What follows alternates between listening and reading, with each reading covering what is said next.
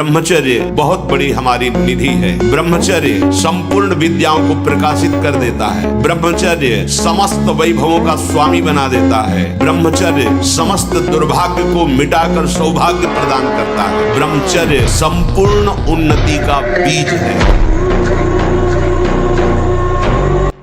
ये जो लोग सुबह 8 बजे तक 9 बजे तक सोते रहते हैं और सोचते रहते हैं कि हम ब्रह्मचर्य रह पाएंगे या स्वप्न दोष से निकल पाए, कभी नहीं हो सकता। भगवान सूर्य जब उदय होते हैं तो आपकी आत्मशक्ति नष्ट होने लगती है। यदि आप उठ करके उनका स्वागत न करें, अर्घ्य न दें, प्रणाम न करें, जग कर भगवान नाम जप न करें, 4 बजे से 6 बजे तक का समय पूरे 24 घंटे के लिए पावर वाला समय है। यदि उस समय आप सो रहे हैं तो हमारी बात भी न सुने, वो इस काबिल नहीं कि इसको धारण कर सके। जो सुबह 4 बजे से 6 बजे तक सोएगा वो ब्रह्मचारी रह ही नहीं सकता, रह ही नहीं सकता, पक्का।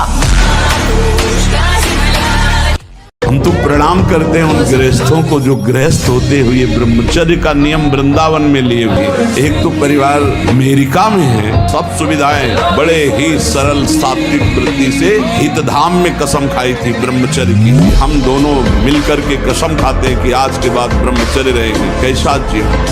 योद्धा तभी आनंदित होता है जब चोर का योद्धा होता है। अगर ममई वांश हो तो तू सच्चिदानंद प्रभु का अंश है। तो वही कह रहे हैं कि इंद्रियों में मन मैं हूँ बराबर का जोड़ है, कोई खिलवाड़ थोड़ी है। और ये कायर पुरुष घबरा के भागता है, योद्धा ताल ठोकता है। हरि का स्वरूप जीव है, हरि का स्वरूप मन है, और इसको परास्त कर लो। सजेति सजेति सतरति सतरति सलोकांतर्यति। ब्रह्मचर्य बहुत आवश्यक है, सबको आवश्यक है। गृहस्थ में उचित ब्रह्मचर्य है, विरक्त में नैष्ठिक ब्रह्मचर्य है, आजीवन ब्रह्मचर्य। जो ब्रह्मचर्य का महत्व नहीं रखते हैं उनका जीवन कूड़ा हो जाता है, उत्साहहीन, और कई तरह के ऐसे महान दोष उत्पन्न हो जाते हैं ब्रह्मचर्य की हानि से।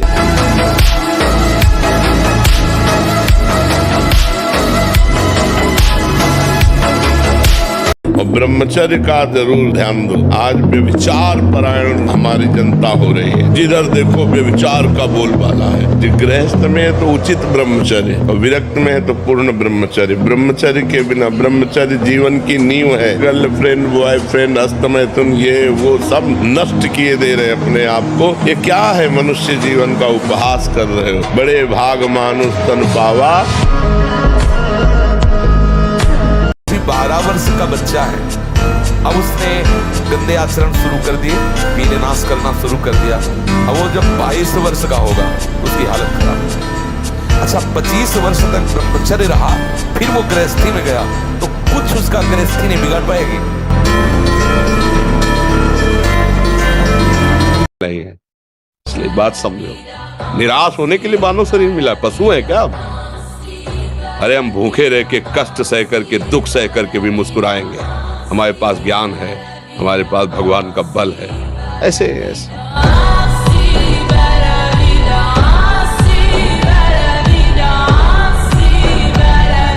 तो आप तीनों पर दृष्टि डालें। आहार ठीक हो, भजन साधन से चिंतन आप अपना ठीक कीजिए, और संकल्प दृढ़ निश्चय के द्वारा उन अशुभ क्रियाओं को दूर कीजिए। जो अशुभ क्रियाएं आप करते रहें तो आप सुधर जाएंगे। नहीं तो देखो कुछ दिनों बाद ऐसा होने लगेगा, आप देखना।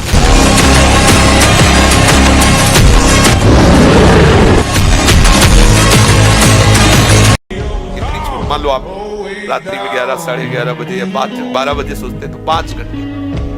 अगर आप दिन में नहीं सोते तो 6 बजे तक उठे। सूर्य उदय हो रहा हो, आप सो रहे, चाहे गृहस्थ हो चाहे विरक्त हो, आप बिल्कुल नष्ट हो जाएंगे। आपकी आयु नष्ट होगी, आपकी बुद्धि भ्रष्ट होगी, आप ब्रह्मचर्य रह नहीं सकते।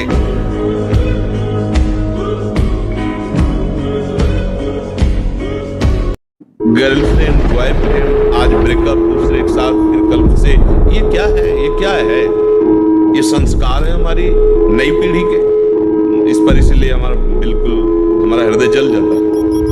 आप लोग क्या कर रहे हो अपने जीवन के साथ? खिलवाड़ कर रहे हो। जब तुम ऐसे हो कि पानी ग्रहण करोगे तो तुम्हें प्रीति होगी अपने पति से, तुम्हें प्रीति होगी अपनी पत्नी से, तुम्हारा भाव बनेगा?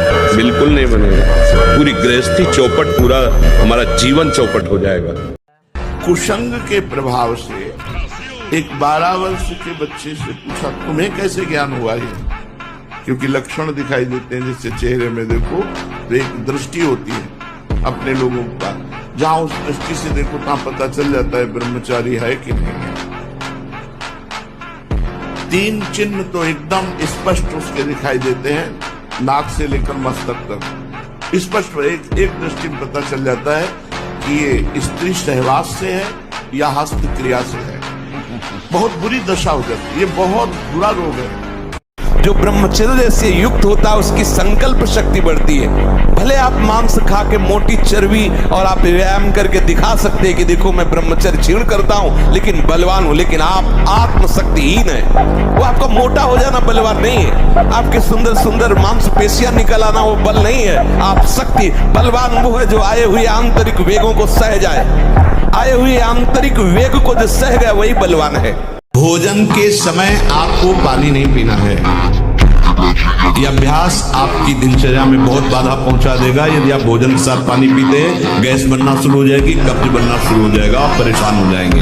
अगर आपको भोजन में पानी की आवश्यकता लगती है तो आप आधा घंटे पहले थोड़ा पानी पी लीजिए, भोजन के आधा घंटा पहले, और भोजन के समय बिल्कुल मत पीजिए, और भोजन के आधा घंटा 1 घंटा बाद आप तक के पानी पी लीजिए, उतना जितना श्वास और भोजन करने में परेशानी न पड़े।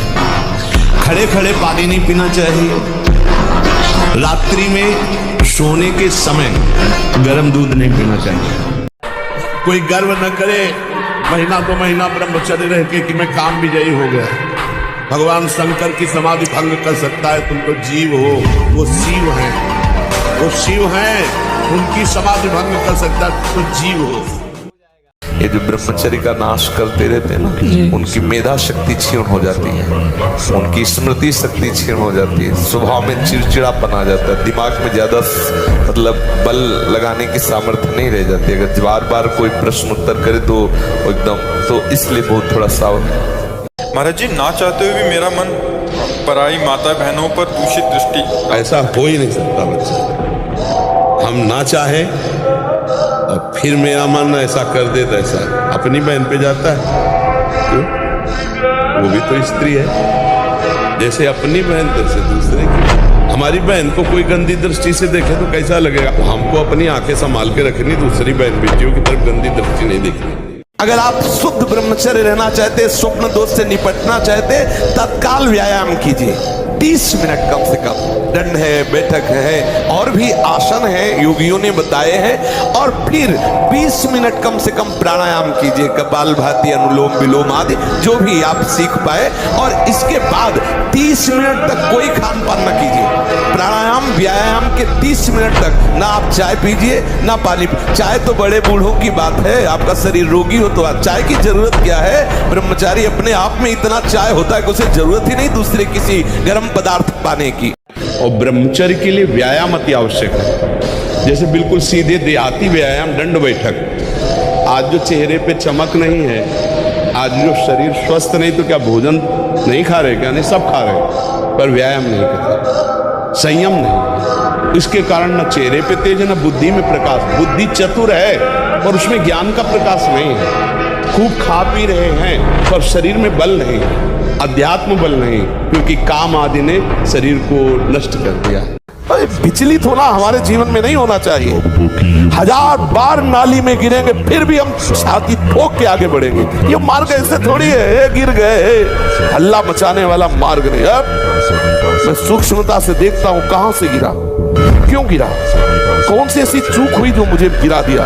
अच्छा, हमें लगता है हमारा खान पान बिगड़ा, मुझे लगता है कि ऐसा मेरा चिंतन छूटा, नहीं छूटने देंगे, नहीं खाएंगे ऐसा, ऐसी वस्तु नहीं देखेंगे, फिर आगे बढ़ते। अगर फिर फिसलते हैं फिर हम सावधान, अंतिम समय तक हम यही लड़ाई लड़ेंगे। मन लगे न लगे, राधा राधा कह रहे, राम राम कह रहे, कृष्ण कृष्ण कह रहे, शिव शिव कह रहे, परम आनंद मिलेगा, आप इसकी चिंता न करें। अगर इन 8 क्रियाओं से बचा ले गए तो हम ब्रह्मचारी रह सकते हैं। यदि आप ब्रह्मचारी होना चाहते हैं तो आप अपने मन को शुद्ध रखिए, आप अपने हृदय को कभी खाली मत छोड़िए। हृदय खाली रहेगा, मन अशुद्ध रहेगा तो शरीर में ब्रह्मचर्य रह नहीं सकते। भगवान हम आपसे प्यार करते हैं। कोई ऐसे कहे ना कि भगवान हम आपसे प्यार करते हैं, वो इतने कृपाल है कि झूठे से कह दो कि नाथ मैं आपकी शरण में हूँ तो संभाल लेते हैं। और कोई सच्चाई से शरणागत हो जाए तब तो क्या कहना, फिर तो निहाल ही कर देते हैं।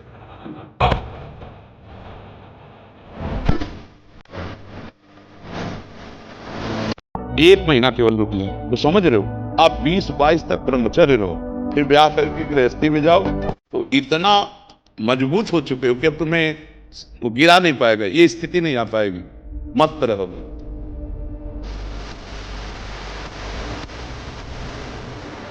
भीषण महामारी की तरह फैला हुआ रोग है, अंग्रेजी में जिसे मास्टर विषय। बालकों से लेकर के बड़े तक का ये संहार कर रहा है महामारी। इससे बढ़कर नाशकारी कोई रोग नहीं। आज शर्माया जाता है बातें अपने बच्चों से पूछने में, क्रियाएं कर रहे हो, तुम्हें शर्म नहीं आ रही, और उनका निवारण कैसे होना है इस बात के सुनने और बोलने में तुम्हें शर्म आ रही, कैसी मूर्खता छा रही है। ब्रह्मचर्य में जीवन परम पुरुषार्थमय जीवन होता है। ब्रह्मचर्य ही ब्रह्म की प्राप्ति का मुख्य हेतु होता है। ये मुख्य हेतु मान लो, जिसके त्यागने में इतना सुख हो उसको रोकने में कितना सुख होगा, मान लो।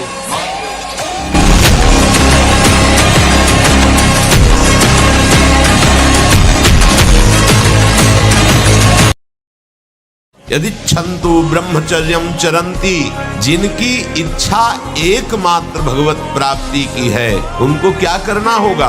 ब्रह्मचर्य का पालन करना। प्रत्येक इंद्रियों का निर्विषय हो जाना वास्तविक ब्रह्मचर्य है। कैसे बैठते हो कि तुम्हें काम क्रोध का इतना लंबा चिंतन हो जाता है कि आप विचलित हो जाते हो?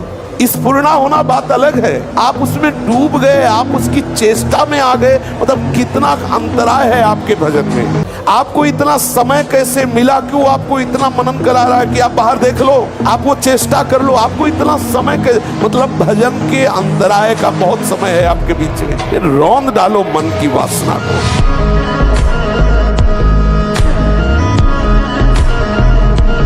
ब्रह्मचारी मतलब आग, ब्रह्मचर्य मतलब आग। आप सच्ची समझो, आग। पैर ऐसे पड़े जैसे आग में पैर पड़ते। आग में पैर कैसे पड़ते? ऐसे ब्रह्मचारी चलता है, क्या है?